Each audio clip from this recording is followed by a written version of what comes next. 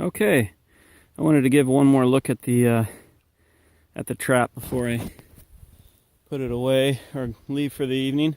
I wove in a bunch of blackberry and barberry thorns through all of this, and then I added that boulder sitting right there on top, center screen. It's baited now. That's a half of an avocado jammed onto the end of the spike there. It's got to be worked a little bit to get off of that, and it has to be done from this side. So any pulling motion this direction, oh, looks like I've been playing with the thorns a little bit too much. Any pulling motion this direction will dislodge the mechanism, which is right behind there, and blammo, that's about a 25-30 pound boulder there.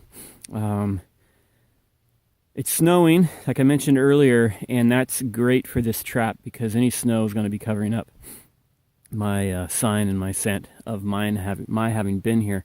But that avocado, given that it's got a built-in roof to it, is still going to be, the smelly part's still going to be exposed.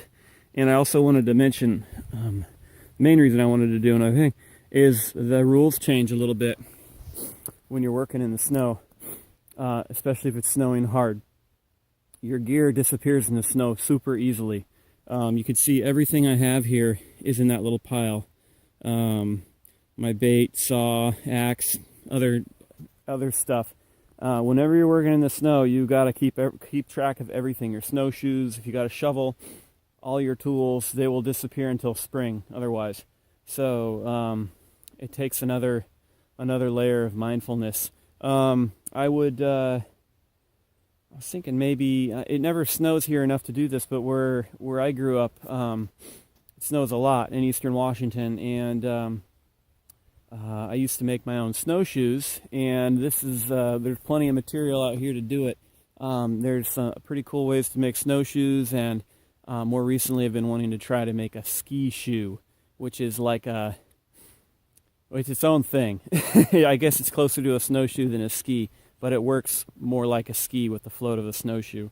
And they're a U.S.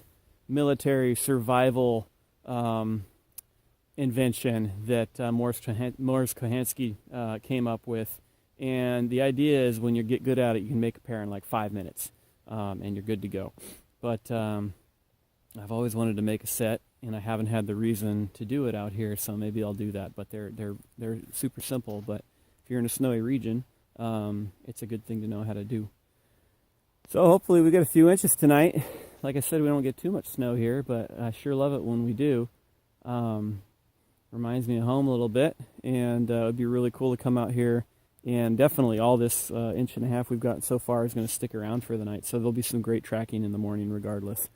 But I guess that's all I have for now, and here, cross your fingers that we have raccoon dinner in here tomorrow.